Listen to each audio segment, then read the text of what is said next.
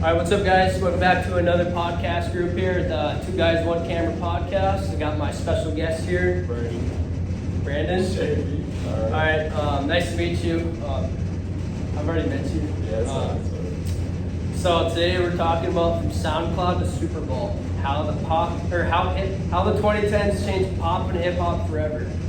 All right. So before we go over that, I got to go over a list of sponsors here. So our first sponsor on the list here is Jake Groff's Customs out of Fargo, North Dakota. Hit them up for all of your aftermarket auto part needs or installations. Our next one is Clausen's Greenhouse out of Middle River, Minnesota. The place to find your next outdoor project. And then we have Jared Nelson Farms out of Argyle, Minnesota. All right, Brandon. When you think of pop, like over the 2010s, like what's the first song you like that comes to mind? Like what's the most influential? Probably say something by Taylor Swift. Taylor Swift, a lot of girls listen to that. Like the 1989 album or something like that. Yeah. Like it's so many like songs. Oh my god. Oh, I know. Like I mean, obviously the biggest ones you have like Blank Space. Shake It Off. Shake It Off. Yeah. Stuff like that. I think there's a lot of them. That's true. What would you say for you? Yeah, it's probably gonna have to be. Oh, there's so many of them. Yeah. There's just so many of them. But pretty much, I would say any of the songs from her 2014 album, 1989. I think those were very influential. Like, yeah, I mean, it was. You could not listen to the radio without hearing that song. I know. Like it was pretty crazy. It's everywhere. Another one that I'd probably talk about, like if we're talking early 2010s, honestly, I'm gonna have to say Calvin Harris too. Yeah. Like he was everywhere, bro. Let's be real. That's true. Like you have the Feel So Close or whatever. I mean, pretty much everybody started that song. Even if you don't know it off the top of your head, you listen to it. Right. You're like, I've heard that before. Gotta have over 1 billion plays. Oh my god. Not gonna lie. Yeah, no, for sure. Whatever, man. I mean, you had so many big songs. I mean, and Calvin Harris, at least like from what I know, he kind of just came out of nowhere. He came from like everybody thought he was going to be like a one-hit wonder, but it just kind of stuck. He came out of nowhere, come out with some absolute bangers that are still, like pretty popular even today. Right. I mean, like right now with like TikTok, you have like everybody kind of going back to like the 2010s, like music-wise. Yeah. Kind of like a trend going on right now, like going back to 2016 music. That's true. And yeah, I think that like people like Taylor Swift, Marshmallow. Oh my god. When he joined Fortnite, Bro, oh my god. He doesn't even sing lyrics in his songs. No, just pure beats, it's just and pure it's still beats. good. This shit was so that was so tough. I swear to God, that was amazing. I know. I remember like when they first did that like Marshmallow concert, dude. I didn't even make it. I didn't make it. No, I was there like, with my marshmallow skin on. Really? Yes. I bought the marshmallow bundle. I bought the marshmallow skin and everything, but I just didn't make it. Yeah.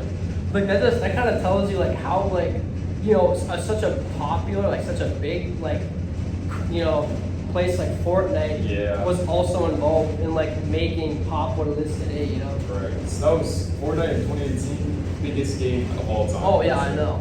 And then when you have pop artists like Marshmello coming in there too, just like and that right there even boosted like the entire like pop culture. I mean, I think Fortnite, even though it's kind of off topic, I mean Fortnite does have a place with pop culture. Oh, for sure. All the soundtracks, all the dances. And then you have all those dances with like the songs, and I mean the majority of them are they're either pop songs or they're rap songs.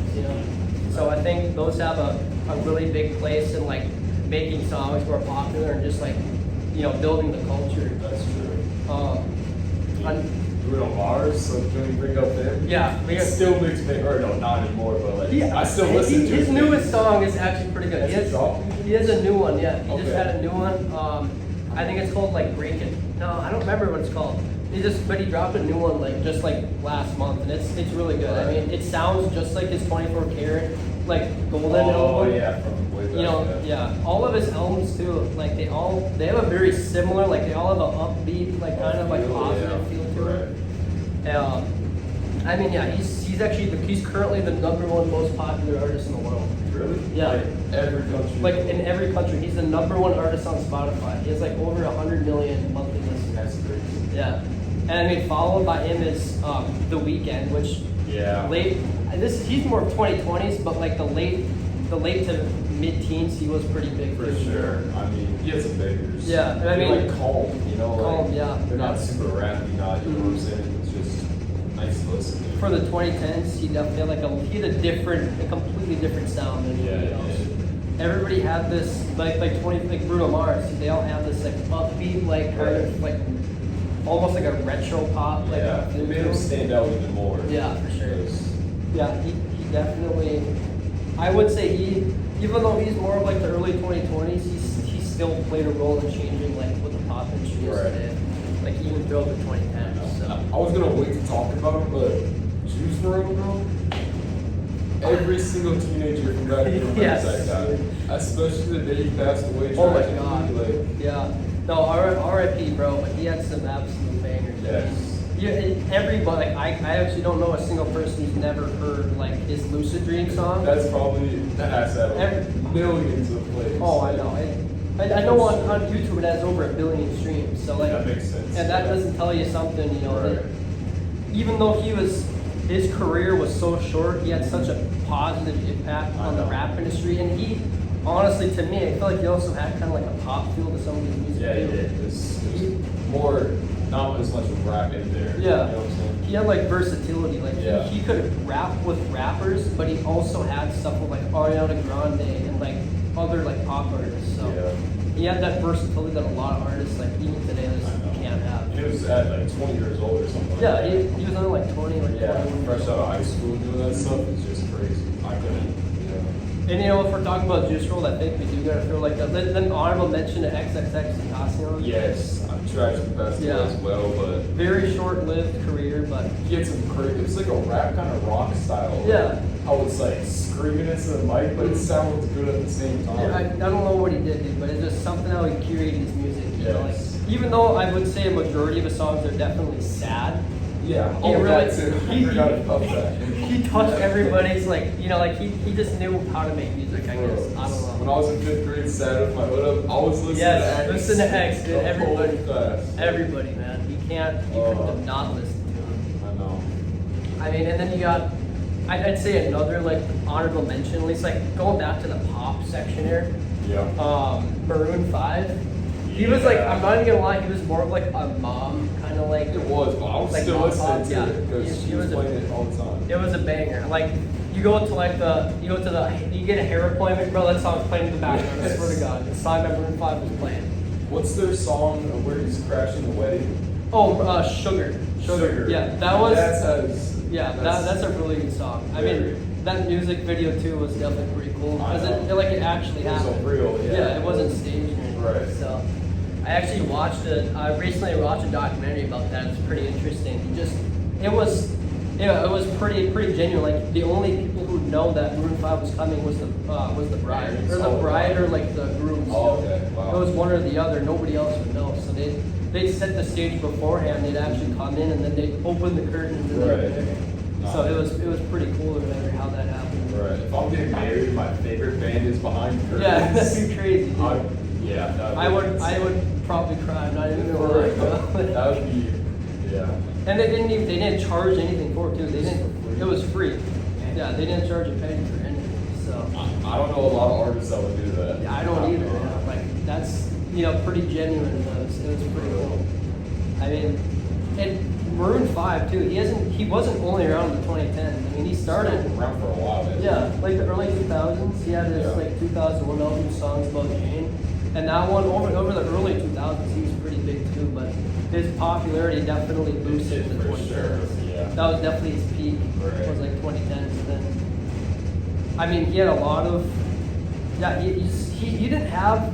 He was more like stuck to like a certain type of music, but he was Like still. the genre, yeah. Yeah, he was still pretty good. I mean, he had a lot of features too. Like I believe Imagine Dragons too. They were one of his features. Yes. I mean, Believer, bro. That's Everybody heard that song, For real. even though that was a mom and dad song. Yeah. For sure. So like, it's like cringy motivational. Like back Yeah, then it was. yeah. But like, it was still a good song. Mhm. I can't say anything about it. And I mean, like looking back, yeah, a lot of these songs were definitely like cringy and For just sure, like 100%. corny, but you know, we lived in a different time back in the 2010s. Like, it was, people didn't care about cringe or like corniness. People were It wasn't a genuine. thing. Like, Yeah. It was like, you know, you could have a dance battle if you want, bro. People That'd be weren't making cool. fun of you. Yeah, it was, everybody thought that was the coolest thing ever. Nowadays, I don't know what would happen to you. Yeah, man, I don't know. I don't know. I mean, people be recording you, but not for the reasons you Bro, thought. they'd be laughing at Yeah. you. Like, you'd be done for. It'd be on all social media. Bro. But And I mean, like, just today, if I look at my Spotify list, like, their majority are from 10 years ago, Yeah. 15, 8 years, whatever, etc. the music industry was like truly something else in the 2010s. Yes. You know, it was just straight banger after banger. I mean, even though like a lot of the songs sound so similar, they were still distant enough to sound like their own song. Right. Like and they were still genuine and good. That's what was like. That's what I really liked about like the 2010s. And I mean like rap too. I would say rap in itself was like at its peak in the 2010s. For sure. I mean like you had like Drake.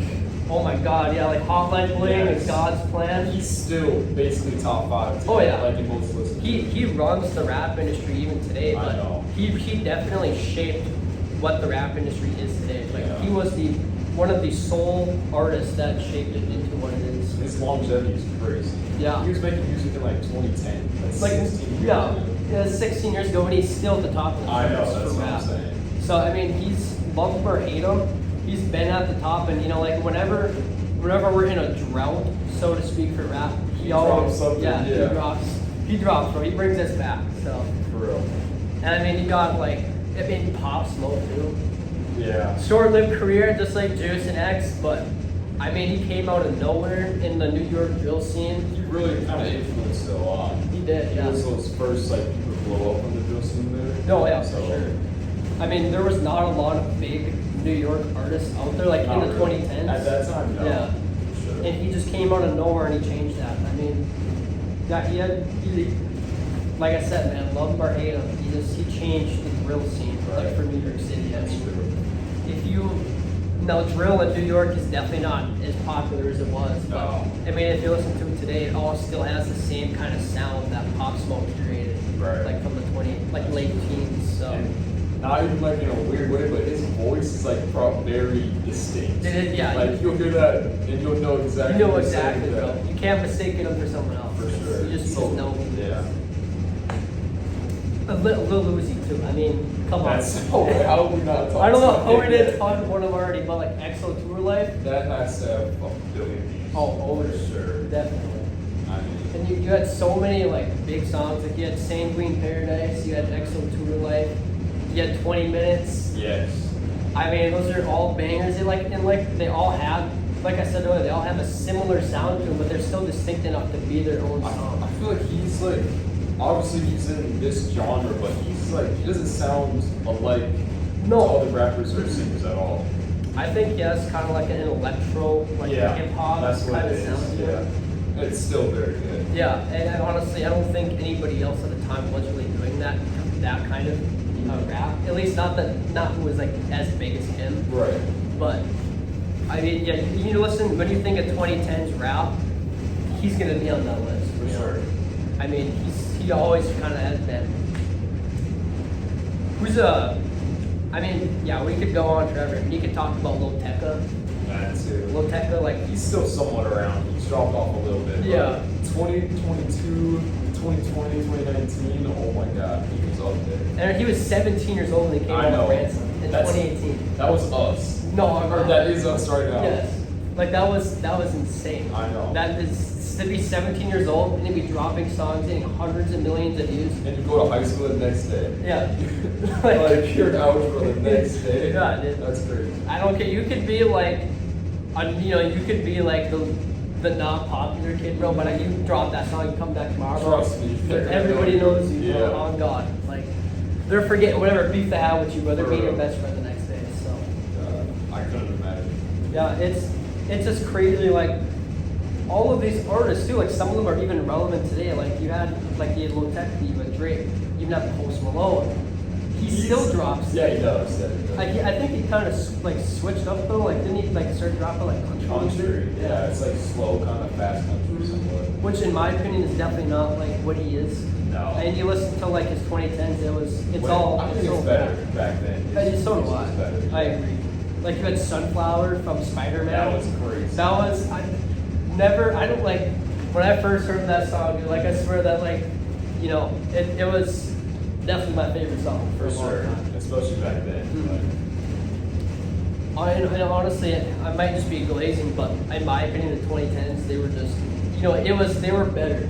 There was just something different about the 2010s. You know, life was good. Right. Everybody loved the 2010s. I mean, up until like COVID, I guess. Yeah. But like, I think it was because it was like the first time that there were so many different genres of music, Yeah. and every single genre had bangers in it. yeah, basically. everybody had a genre for them. Mhm. You know, like you could truly be yourself. Like you had so many genres of music, and people didn't clown on you for nothing. That's true. So I mean, you just got to think about that, you know.